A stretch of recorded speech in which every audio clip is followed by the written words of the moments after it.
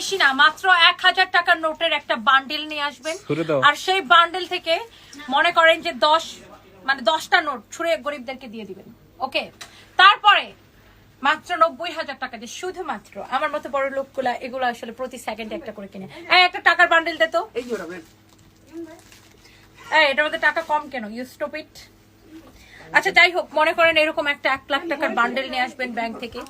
তারপর এরকম 1 2 3 4 ওফ, এত গোনার সময় নেই। এরকম 4 5টা 8 10টা 12 টাকা এরকম গরিবদেরকে, এই ফাহিমের মতো এরকম গরিবদেরকে